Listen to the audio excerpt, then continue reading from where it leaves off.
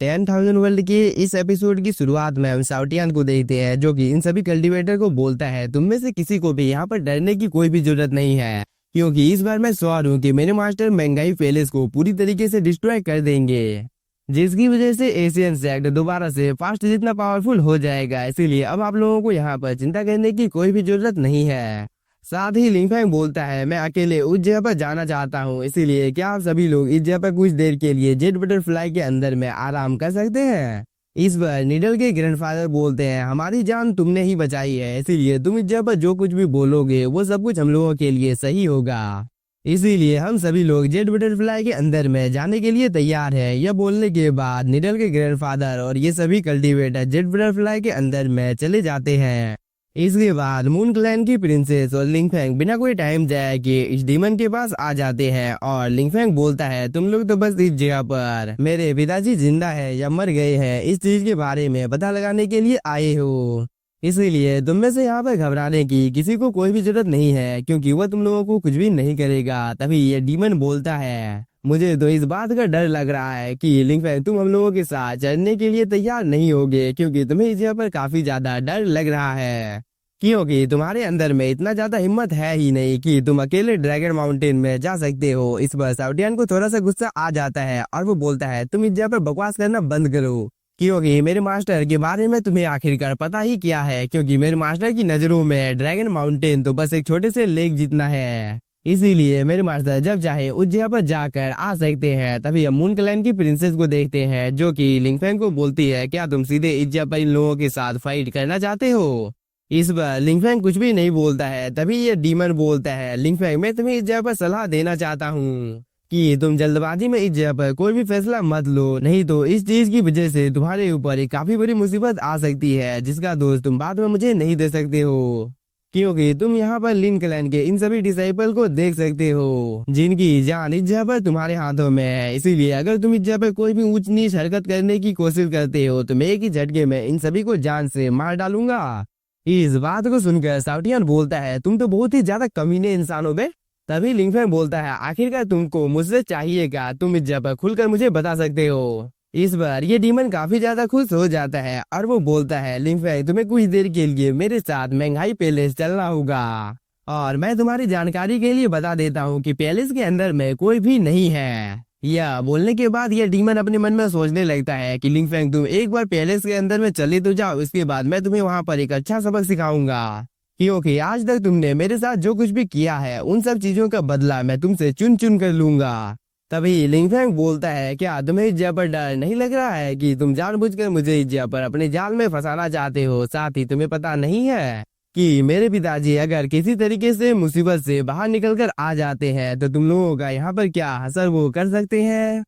इस बार ये डीमन बोलता है, हाँ मुझे पता है कि तुम्हारे पिताजी कितने ज्यादा पावरफुल है, मगर मुझे इस चीज के बारे में भी पता है कि तुम्हारे पिताजी और एम्परर के बीच में काफी लंबे टाइम से मतभेद चल रहा है, जिसकी वजह से तुम्हारे पिताजी अभी भी अगर ठीक है तो एम्परर जरूर से उन्हें वहां पर रोक कर रखेंगे। इसीलिए फिलहाल तुम्हें यहाँ पर अपने बारे में सोचना चाहिए कि तुम यहाँ पर खुद को प्रोटेक्ट अब यहाँ पर कैसे करने वाले हो। इस बात को सुनने के बाद लिंगफैंग को काफी ज्यादा गुस्सा आ जाता है और वो अपनी पावर को एक्टिवेट कर लेता है। इसके बाद वही काफी ज्यादा पावरफुल अटैक इन सभी डीमंस के ऊपर कर देता है, जिसकी वजह से यहाँ पर एक काफी ज्यादा पावरफुल ब्लास्ट होता है, और इस ब्लास्ट के चपेटे में जितने भी ज्यादा लोग आते हैं उन सभी की हालत यहाँ पर काफी ज्यादा खराब हो जाती है, जिसकी वजह से इस डीमन को यहाँ पर काफी ज्यादा गुस्सा आ जाता है और वो बोलता है, लिंगफैंग तुम्हारी इतनी ज्यादा हिम्मत हो गई कि तुमने यहाँ पर हम लोगों के ऊपर हमला करने की कोशिश की है, मगर तब तक तो लिंगफैंग इस डीमन को जान से मार देता है। साथ ही लिंगफैंग ने यहाँ पर अपने लिन फैमिली के सभी डिसाइपल्स को भी बचा लिया था, और इस चीज को देखकर लिन फैमिली के जितने भी ज्यादा कल्टीवेटर यहाँ पर मौजूद थे वो सभी काफी ज्यादा खुश हो जाते हैं और ये सभी आपस में बात करने लगते हैं कि लिंगफैंग तो पहले की ही तरह पावरफुल है। दूसरी तरफ हम इस डीमन को देखते हैं जिसकी हालत काफी ज्यादा खराब हो जाती है और वो यहाँ पर खून की उल्टी करने लगता है, और वो बोलता है, क्या उसे डर नहीं है कि उसके ऐसा करने की वजह से जितने भी ज्यादा सेक्ट है वो सभी डिस्ट्रॉय हो जाएंगे। तभी इस डीमन का ग्रैंडफादर आकर बोलता है, तुम्हें इस जगह पर चिंता करने की कोई भी जरूरत नहीं है, क्योंकि मैंने पहले ही जाल बिछा कर रखा है। यह बोलने के बाद ये डीमन यहाँ पर अपनी पावर को एक्टिवेट कर लेता है, जिसकी वजह से उसकी बॉडी के अंदर से काफी ज्यादा हाई अमाउंट में थंडर की एनर्जी रिलीज होती है, जो कि सीधे लिंगफेंग जिस जगह पर था उस जगह पर आकर गिरता है। और इस चीज की वजह से लिंगफेंग के आसपास में प्रोटेक्टिव बैरियर बन जाता है, जिसकी वजह से लिन फैमिली के जितने भी ज्यादा डिसाइपल्स इस जगह पर मौजूद थे वो सभी काफी ज्यादा घबरा जाते हैं। और इस प्रोटेक्टिव बैरियर को देखने के बाद मून क्लैन की प्रिंसेस बोलती है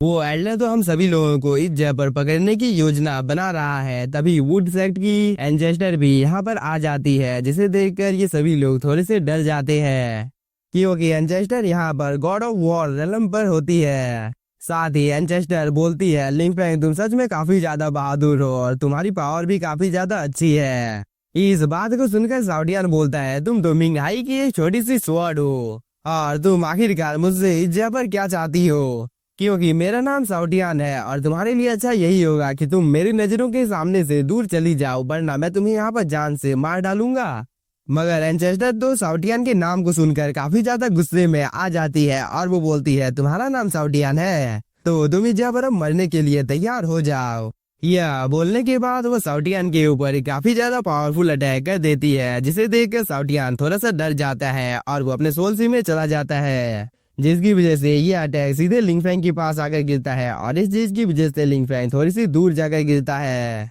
मगर लिंगफेंग को इस अटैक की वजह से कुछ ज्यादा फर्क नहीं पड़ता है, क्योंकि इसने काफी आसानी के साथ इसको रॉच कर लिया था। साथ ही मून क्लैन की प्रिंसेस यहाँ पर अपने मून रिंग से इस एंसेस्टर के ऊपर हमला करना शुरू कर देती है, मगर ये एंसेस्टर काफी ज्यादा पावरफुल होती है, जिसकी वजह से इसने काफी आसानी के साथ मून क्लैन की प्रिंसेस के अटैक को यहाँ पर डॉज कर लिया था, जिसे देखकर लिंगफेंग को थोड़ा सा गुस्सा आ जाता है और वो यहाँ पर अपने मल्टीपल स्वॉर्ड फॉर्मेशन को समन कर लेता है। साथ ही वो अपने निर्वाणा स्वॉर्ड को भी यहाँ पर समन कर लेता है। इसके बाद वो बिना कोई टाइम जाए कि यहाँ पर अपने मल्टीपल स्वॉर्ड से इस एंसेस्टर के ऊपर हमला करना शुरू कर देता है, जिसे ये एंसेस्टर यहाँ पर काफी आसानी के साथ डॉज कर लेती है। और वो बोलती है लिंगफेंग तुम्हारे पास तो काफी ज्यादा लो लेवल के टेक्निक मौजूद है और तुम्हें क्या लगता है कि तुम इन सभी लो लेवल के टेक्निक से मुझे नुकसान पहुंचा सकते हो,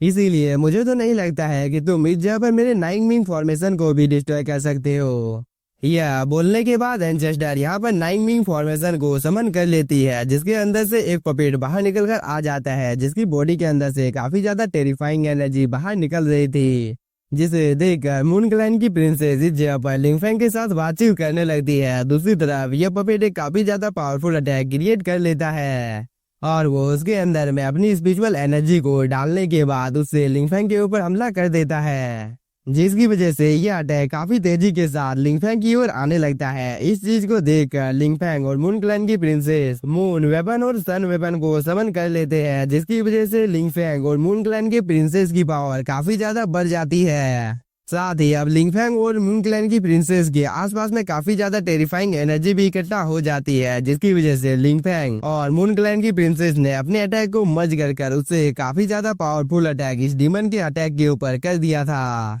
जिसकी वजह से इस पपेट और इन लोगों के अटैक आपस में टकराते हैं और इस चीज की वजह से यहाँ पर काफी ज्यादा टेरिफाइंग एनर्जी बाहर निकलने लगती है, जिसे देखकर एंसेस्टर यहाँ पर इन लोगों का मजाक उड़ाने लगती है। लिंगफेंग तुम तो इस जगह पर एक इमोर्टल भी नहीं हो, फिर तुम्हें इस जगह पर ऐसा क्यों लगता है कि तुम मेरा सामना यहाँ पर कर सकते हो। यह बोलने के बाद वो यहाँ पर हंसने लगती है, क्योंकि एंसेस्टर ने यहाँ पर अपने पपेट की पावर को और भी ज्यादा बढ़ा दिया था, जिसकी वजह से यह पपेट और भी काफी ज्यादा पावरफुल अटैक को इस जगह पर क्रिएट करने लगता है, क्योंकि इस पपेट ने यहाँ पर कई सारे डीमन घोस्ट को समन कर लिया था और वो उससे लिंगफेंग के ऊपर हमला कर देता है। और इस चीज की वजह से इस पपेट का अटैक और भी ज्यादा पावरफुल हो जाता है, जिसे रोकने में अब यहाँ पर लिंगफेंग और मून क्लैन की प्रिंसेस को काफी ज्यादा प्रॉब्लम होने लगती है, क्योंकि इस अटैक की वजह से ये दोनों धीरे धीरे पीछे की ओर जाने लगते हैं। और इस चीज की वजह से लिंगफेंग को काफी ज्यादा गुस्सा आ जाता है, इसीलिए वो बिना कोई टाइम जाए किए गॉड ग्रेवयार्ड में आ जाता है।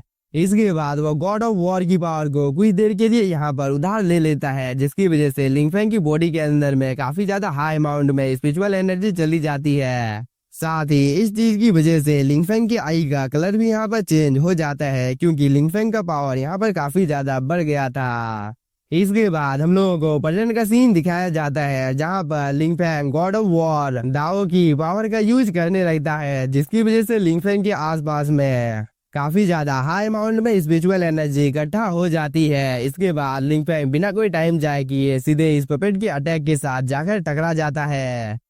जिसकी वजह से यहाँ पर एक काफी ज्यादा पावरफुल ब्लास्ट होता है, क्योंकि लिंग फैंग ने एक ही झटके में अब यहाँ पर इस पपेट के अटैक को डिस्ट्रॉय कर दिया था। और इस चीज को देखकर ये पपेट और एंचेस्टर काफी ज्यादा शॉक हो जाते हैं कि आखिरकार लिंग फैंग की पावर अचानक से यहाँ पर इतनी ज्यादा कैसे बढ़ सकती है। इधर मून क्लैन की प्रिंसेस लिंग फैंग की अचानक से इतने ज्यादा बढ़े हुए पावर को देखकर थोड़ी सी खुश हो जाती है, क्योंकि अब उसे जब लिंग फैंग के ऊपर पूरा भरोसा था कि वो इस एंचेस्टर को हरा देगी। मगर शायद से किस्मत को यहाँ पर कुछ और ही मंजूर था, क्योंकि इस एंचेस्टर को काफी ज्यादा गुस्सा आ गया था। इसीलिए इस पपेट ने एक काफी ज्यादा पावरफुल अटैक को क्रिएट कर उससे लिंग फैंग के ऊपर हमला कर दिया था। साथ ही इस अटैक के अंदर से काफी ज्यादा हाई अमाउंट में स्पिरिचुअल एनर्जी बाहर निकल रही थी, जिसकी वजह से इस जगह का वातावरण एकदम से चेंज हो जाता है, क्योंकि लिंग फैंग के आसपास में जो सी मौजूद था उसके अंदर से कई सारे वेव बाहर निकलकर लिंग फैंग और मून क्लैन की प्रिंसेस के ऊपर हमला करने लगते हैं।